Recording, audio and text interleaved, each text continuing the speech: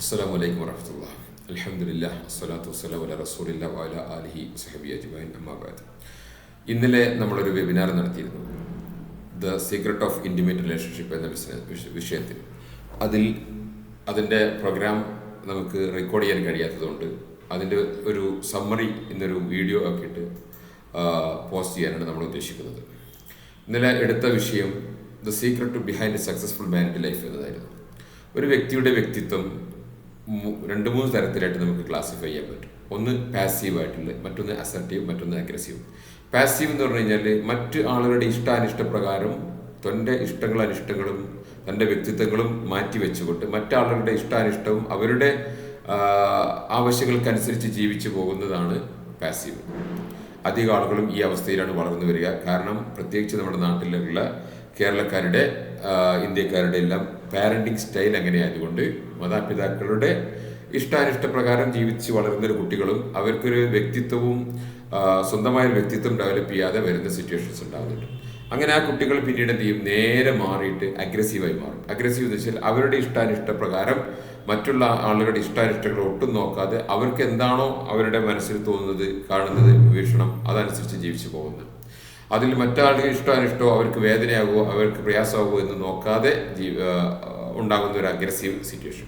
ഇത് രണ്ടും നെഗറ്റീവാണ്. ഇതിനിടയിലാണ് അസർട്ടീവ് ആയിട്ടുള്ള പേഴ്സണാലിറ്റി. അസർട്ടീവ് പേഴ്സണാലിറ്റി എന്ന് വെച്ചാൽ ഒരു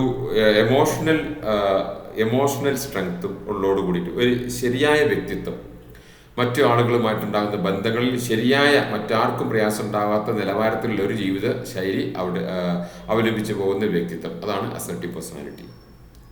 ഇതിൽ ഈ വ്യക്തിത്വത്തെക്കുറിച്ച് പറയുന്ന സമയത്ത് മാരിഡ് ലൈഫിൻ്റെ the success of married life depends on the personality of the couples.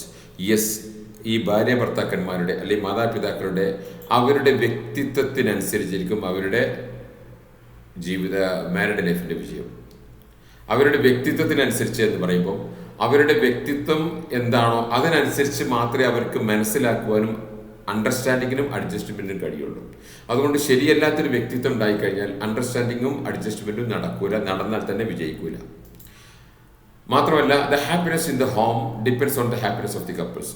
മാതാപിതാക്കളുടെ അതുപോലെ ദമ്പതികളുടെ ഹാപ്പിനെസ്സിനനുസരിച്ചായിരിക്കും ആ വീട്ടിലുള്ള ഹാപ്പിനെസ്. നോക്കിക്കോ, ഏതൊരു വീടെടുത്ത് വെച്ചു നോക്കിക്കോ, അവിടെ ഗ്രാൻഡ് പാരൻസ് ഉണ്ടോ അല്ലെങ്കിൽ പാരൻസ് ഉണ്ടോ അല്ലെങ്കിൽ ആരായിക്കോട്ടെ, അവിടെ കപ്പിൾസ്, ഭാര്യയും ഭർത്താവും, അത് വാപ്പയും ഉമ്മയും ആവാം അല്ലെങ്കിൽ നമ്മൾ മക്കളായിരിക്കാം, ഭാര്യയും ഭർത്താവും തമ്മിൽ നല്ല ഒരു സ്നേഹവും ഐക്യവും ബന്ധവും ആണെങ്കിൽ മാത്രമേ ആ വീട്ടിൽ ഹാപ്പിനെസ് ഉണ്ടാവുള്ളൂ. അതല്ലെങ്കിൽ ഹാപ്പിനെസ് ഉണ്ടാവില്ല. അതാണ് ഹാപ്പിനെസ്സിന് സ്റ്റാർട്ടിങ് പോയിന്റ്. ഇപ്പം മക്കളുടെ വികൃതി കൊണ്ടും മറ്റൊക്കെ ഉണ്ടാകുന്ന ഹാപ്പിനെസ് ഇല്ലാത്ത അവസ്ഥ പല വീട്ടിലുണ്ട് മക്കളുടെ. അതുകൊണ്ട് അതവരല്ല അതിൻ്റെ കാരണം. ആ വീട്ടിൽ പാരൻസ് തമ്മിൽ എന്ത് ചെയ്യില്ല, രണ്ടും ഹെൽത്തി പേഴ്സണാലിറ്റി അല്ലാത്തത് കൊണ്ട് അവർ തമ്മിൽ ഹാപ്പിനെസ് ഇല്ല എന്നതാണ് അതിൻ്റെ യാഥാർത്ഥ്യം. അടുത്ത point, the health and education success of the children's. മക്കളുടെ മാനസികാരോഗ്യവും ശാരീരികാരോഗ്യവും വിദ്യാഭ്യാസവും അവരുടെ സാമ്പത്തിക വിജയവും എല്ലാം അവരുടെ മാതാപിതാക്കൾ തമ്മിലുണ്ടാകുന്ന സ്നേഹത്തിനും ഐക്യത്തിനും അനുസരിച്ചിരിക്കും. മാതാപിതാക്കളുടെ വൈവാഹിക ജീവിതത്തിലെ സന്തോഷവും സമാധാനവും ഐക്യവും സ്നേഹവും സന്തോഷവും അതിനനുസരിച്ചിരിക്കും മക്കളുടെ മാനസികാരോഗ്യവും ശാരീരികാരോഗ്യവും സാമൂഹിക ബന്ധങ്ങളും ഫിസിക്കൽ ശാരീരിക ആരോഗ്യവും അവരുടെ സാമ്പത്തിക വിജയവും വിദ്യാഭ്യാസവും എല്ലാം. ഇതാണ് മാരിഡ് ലൈഫിൻ്റെ സീക്രട്ടുകളിൽപ്പെട്ടത്. ഇപ്പോൾ പലരും ചിന്തിക്കും secret of the married life എന്നൊക്കെ പറയുമ്പോൾ എന്താ ഇത്ര വലിയ പുതിയതൊക്കെ മനോരാശി തുടങ്ങി അന്നിനുള്ളതല്ലേ എന്നൊക്കെ പറയും. പക്ഷേ ഇത്തരം രഹസ്യങ്ങളൊന്നും ഒരുപക്ഷെ നിങ്ങൾ ശ്രദ്ധിച്ചിട്ടുണ്ടാവില്ല. മാത്രമല്ല, the closeness and emotional bond depend on the personality of the couples. ഈ ഭാര്യ ഭർത്താക്കന്മാർ തമ്മിൽ ഉണ്ടാകുന്ന ക്ലോസ്നെസ്സും എമോഷണൽ ബോണ്ട്, ഈ എമോഷണൽ ബോണ്ട് വൈകാരികമായ ഒരു കണക്ഷൻസ് ഉണ്ടാവും. സ്നേഹത്തിൻ്റെയും അനുകമ്പത്തിൻ്റെയും കാരുണ്യത്തിൻ്റെയും ഒരു കണക്ഷൻ, അല്ല ബൈനക്കും മവദ്ദത്തും റഹ്മ എന്ന് ഖുർആനിൽ പറഞ്ഞതുപോലെ ആ ഒരു എമോഷണൽ ബോണ്ട് അത് രണ്ടുപേരും നല്ല പോസിറ്റീവായി അല്ലെങ്കിൽ നല്ല പേഴ്സണാലിറ്റി ആണെങ്കിൽ അസർട്ടീവ് ആണെങ്കിൽ മാത്രമേ നടക്കൂ. രണ്ടാളും നെഗറ്റീവോ അല്ലെങ്കിൽ ഒരാൾ നെഗറ്റീവ് ആണെങ്കിലും അത് സംഭവിക്കില്ല. അതുകൊണ്ട് 2 പേരും പോസിറ്റീവാണ്, 2 പേരും അസർട്ടീവ് പേഴ്സണാലിറ്റി ആണെങ്കിൽ മാത്രമേ അവർ തമ്മിൽ സ്നേഹവും അടുപ്പവും ഉണ്ടാവുള്ളൂ. മാത്രമല്ല അതിലുപരി മനസ്സിലാക്കേണ്ട ഒരു പോയിന്റ്, നിങ്ങൾ ഒട്ടും ശ്രദ്ധിച്ചിട്ടില്ലാത്തൊരു പോയിന്റ് ഞാൻ പറഞ്ഞില്ല. നിങ്ങൾ കേൾക്കുന്ന ഓരോരുത്തരോടും ഞാൻ പറയാം, നിങ്ങൾ ഇതുവരെ ശ്രദ്ധിച്ചിട്ടില്ലാത്തൊരു പോയിന്റ്, അണ്ടർസ്റ്റാൻഡിങ് ആൻഡ് അഡ്ജസ്റ്റ്മെന്റ്. ഇപ്പൊ പറയും ഞാനതെല്ലാം മനസ്സിലാക്കി പോകുന്നു, അഡ്ജസ്റ്റ് ചെയ്ത് പോകുന്നു. പല ഭർത്താക്കന്മാരും ഭാര്യമാരും എല്ലാവരും പറയുന്നൊരു പോയിന്റ്, യെസ്, എൻ്റെ ഭർത്താവിലേക്ക് ഞാൻ അഡ്ജസ്റ്റ് ചെയ്ത് പോവുകയാണ്, എൻ്റെ ഭാര്യയിലേക്ക് ഞാൻ അഡ്ജസ്റ്റ് ചെയ്ത് പോവുകയാണ്, ഞാൻ അണ്ടർസ്റ്റാൻഡിങ് നടത്തുകയാണ്, ഞാൻ എല്ലാം മനസ്സിലാക്കുന്നു, പക്ഷെ അദ്ദേഹം എന്നെ മനസ്സിലാക്കുന്നില്ല, ഞാൻ അവളെ എല്ലാം മനസ്സിലാക്കുന്നു, അപ്പോൾ അവൾ എന്നെ മനസ്സിലാക്കുന്നില്ല. ഇത് ഒട്ടനവധി ബന്ധത്തിലൊക്കെ ഉള്ളതാണ്. കാരണം എന്താണെന്നറിയോ, അണ്ടർസ്റ്റാൻഡിങ്ങും അഡ്ജസ്റ്റ്മെന്റും വിജയിക്കില്ല. എങ്ങനെയാണെങ്കിൽ നിങ്ങൾ തമ്മിലുള്ള നിങ്ങളുടെ രണ്ടു പേരുടെയും പേഴ്സണാലിറ്റി അസർട്ടീവ് ആണെങ്കിൽ മാത്രമേ വിജയിക്കുള്ളൂ, അതല്ലെങ്കിൽ വിജയിക്കില്ല. അതുകൊണ്ട് നിങ്ങൾക്ക് പരസ്പരം മനസ്സിലാക്കാൻ കഴിയുന്നില്ല. ഒരേ ഭാഷയാണ് നിങ്ങൾ സംസാരിക്കുന്നത്, ഒരേ നാട്ടുകാരും ഒരേ മതത്തിന്റെ ആളുകൾ, ഒരേ അള്ളാഹനെ ആരാധിക്കുന്ന ഒരേ നാട്ടുകാർ, ഒരേ ഭാഷയിൽ സംസാരിക്കുന്ന ആളുകൾ പരസ്പരം പറയുന്നത് മനസ്സിലാവുന്നില്ല, പറയുന്നതിലെ വിഷയം മനസ്സിലാവുന്നു, പക്ഷേ അത് ഉൾക്കൊള്ളാൻ പറ്റുന്നില്ല. എങ്കിൽ മനസ്സിലാവുക, അവിടെ നിങ്ങൾക്ക് അണ്ടർസ്റ്റാൻഡിങ്ങും അഡ്ജസ്റ്റ്മെന്റും നടക്കാത്തത് നിങ്ങളുടെ വ്യക്തിത്വം രണ്ടായതുകൊണ്ടാണ്. അതുകൊണ്ട് ഭാര്യയും ഭർത്താവും പോസിറ്റീവായിട്ടുള്ള പേഴ്സണാലിറ്റി ആണെങ്കിൽ മാത്രമേ നിങ്ങൾക്ക് ഹെൽത്തി പാരന്റിംഗ് നടത്താൻ കഴിയും, ഹെൽത്തി ഫാമിലി ലൈഫ് നയിക്കാൻ പറ്റൂ. ഹെൽത്തി ഫാമിലി ലൈഫ് ഉണ്ടെങ്കിൽ മാത്രമേ ഉള്ളൂ നിങ്ങൾക്ക് ഹെൽത്തി പാരന്റിംഗ് കൊടുക്കാൻ പറ്റൂ. അൺഹെൽത്തി പാരൻസിന് ഒരിക്കലും ഹെൽത്തി പാരന്റിംഗ് കൊടുക്കാൻ കഴിയില്ല. അൺഹെൽത്തി പാരൻസിന് ഒരിക്കലും ഹെൽത്തി പാരന്റിങ് കൊടുക്കാൻ കഴിയില്ല എന്ന് മാത്രമല്ല, അവരെ എത്ര നന്നാക്കി കൊടുത്തു കഴിഞ്ഞാലും അവർ അൺഹെൽത്തി പാരന്റിങ് കൊടുക്കും. അവർക്ക് അവരുടെ പേഴ്സണാലിറ്റി അവരെ മാറ്റിയെടുക്കാൻ, അത് പല രീതിയിൽ മാറ്റിയെടുക്കും. ചില ആളുകൾ മതപരമായ കാര്യങ്ങൾ വേണ്ടുന്ന രീതിയിൽ ചെയ്താൽ മാറ്റിയെടുക്കാൻ പറ്റും. പക്ഷെ നമ്മുടെ നാട്ടിലൊരു ഇബാദത്ത് ഓറിയന്റഡ് ആയ, മനസ്സിലായില്ലേ, നമ്മുടെ നാട്ടിലൊരു തഖ്വീദ് എന്ന് പറഞ്ഞുകൊണ്ടുള്ള ഒരു ഇബാദത്തിൽ അധിഷ്ഠിതമായിട്ടുള്ള പക്ഷെ മൂല്യങ്ങളിലില്ലാത്ത അല്പജ്ഞാനവും അമിതഭക്തിയും അതും ഒരു സംഘടനവൽക്കരിക്കപ്പെട്ട ഒരു വിശ്വാസ സംഹിതയിലൂടെ നീങ്ങുന്ന സിറ്റുവേഷൻസിൽ അവരുടെ വ്യക്തിത്വത്തിൽ കാര്യമായ മാറ്റം വരുന്നില്ല. ആ വ്യക്തിത്വപരമായ മാറ്റം വരുത്തിയെങ്കിൽ മാത്രമേ നിങ്ങൾക്ക് അൺഹെൽത്തി പാരന്റിങ്ങിന്റെ എഫക്റ്റ് നിങ്ങൾക്ക് നിന്ന് ഒഴിവാക്കുവാനും, നിങ്ങളുടെ പാരന്റ്സിൽ നിന്ന് നിങ്ങൾക്ക് കിട്ടിയത് ഒഴിവാക്കുവാനും, നിങ്ങളുടെ മക്കൾക്ക് ഹെൽത്തി പാരന്റിങ് കൊടുക്കുവാനും കഴിയും. ഇതാണ് ഏറ്റവും വലിയൊരു രഹസ്യം.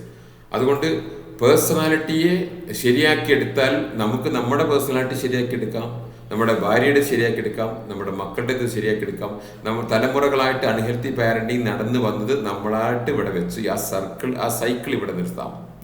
ഇവിടുന്ന് അങ്ങോട്ടുള്ളത് ഹെൽത്തി പാരന്റിങ് കൊടുക്കാൻ കഴിയും. ഇതാണ് പേഴ്സണാലിറ്റി റീഫ്രെയിമിങ്ങുമായിട്ട് പേഴ്സണാലിറ്റി റീഫ്രെയിമിങ്ങിൽ റിലേഷൻഷിപ്പിന്റെ വിഷയത്തിൽ നമുക്ക് സംസാരിക്കാറുണ്ട്. ഇത് നമ്മളൊരു പബ്ലിക് സ്പീച്ച് ആക്കി കൊടുത്തിരുന്നു, ഒരു പാരന്റിങ് ഒരു വെബിനാർ ആക്കി കൊടുത്തിരുന്നു. അതിൽ അൽഹംദുലില്ലാഹ് കുറേ ആളുകൾ പങ്കെടുത്തു. പക്ഷെ എൻ്റെ റെക്കോർഡ് ചോദിച്ചപ്പോൾ ഞാൻ റെക്കോർഡ് ചെയ്തിട്ടില്ല, അതുകൊണ്ട് ഞാൻ ഇപ്പോൾ റെക്കോർഡ് ചെയ്ത് കൊടുക്കുന്നു. ചുരുക്കി പറഞ്ഞാൽ പേഴ്സണാലിറ്റി റീഫ്രെയിമിങ്, ഞാൻ കാര്യമായിട്ട് ഈ പേഴ്സണാലിറ്റി റീഫ്രെയിം ചെയ്ത് കഴിഞ്ഞാലുള്ള മെച്ചം, മെന്റൽ ഹെൽത്ത് ശരിയാക്കി എടുക്കാം, ഫിസിക്കൽ ഹെൽത്ത് നോക്കിക്കോ. നിങ്ങൾക്കുണ്ടാകുന്ന അറ്റാക്കും പിന്നെ സ്ട്രോക്കും അതുപോലെ ലിവർ സിറോസിസും മാരകമായ രോഗങ്ങളെല്ലാം പൂർവികരും ആധുനികരുമായിട്ടുള്ള ആളുകളൊക്കെ അതിനെ തരണം ചെയ്തത് മരുന്നുകളുടെ സഹായത്തോടു കൂടി, അതിനപ്പുറത്തേക്ക് വ്യക്തിത്വത്തിൽ അവരുടെ ആറ്റിറ്റ്യൂഡിൽ വരുത്തുന്ന മാറ്റത്തിലൂടെയാണ്. അതോടൊപ്പം ജിന്ന്, ശൈത്താന്, പ്രേതം, ഭൂതം, സിഹർ, കണ്ണ്, മൂക്ക് എന്നൊക്കെ ഉണ്ടല്ലോ, ഇതെല്ലാം ഏൽക്കാതിരിക്കുവാനും ഏറ്റത് ബാത്തിലാകുവാനും ഹെൽത്തി പേഴ്സണാലിറ്റി അനിവാര്യമാണ്. ഹെൽത്തി പേഴ്സണാലിറ്റി ഉണ്ടെങ്കിൽ അവൻ്റെ ദുആകൾ കൊണ്ടും ദിക്റുകൾ കൊണ്ടും സംരക്ഷണം കിട്ടും. വ്യക്തിയുടെ ശക്തിയാണ് ഭക്തിയുടെ ശക്തി. വ്യക്തിയുടെ ശക്തി അല്ലെങ്കിൽ ഭക്തിക്ക് ശക്തിയില്ല. പ്രതിഫലം കിട്ടും അല്ലാഹുവിന്റെ അടുത്ത് നിങ്ങളെ ഇബാദത്ത് കഴിഞ്ഞാൽ. പക്ഷെ വ്യക്തിയുടെ ശക്തിയാണ്. അല്പജ്ഞാനം അമിതഭക്തിയും എന്നത് അത് വാസ്തവത്തിൽ ഭക്തിയല്ല, അത് രോഗമാണ്. അല്പജ്ഞാനവും അമിതഭക്തിയും രോഗമാണ്. മാത്രമല്ല ശൈത്വാനികമായ സിഹറും മസും എല്ലാം വർക്ക് ചെയ്യുവാൻ ഏറ്റവും ഉപകരിക്കുന്ന സാധനമാണ് അല്പജ്ഞാനവും അമിതഭക്തിയും. അത് നിങ്ങൾ തിരിച്ചറിയുക. ഞാൻ എൻ്റെ 17 വർഷത്തെ എക്സ്പീരിയൻസ് കൊണ്ടാണ് പറയുന്നത്, മനസ്സിലായില്ലേ?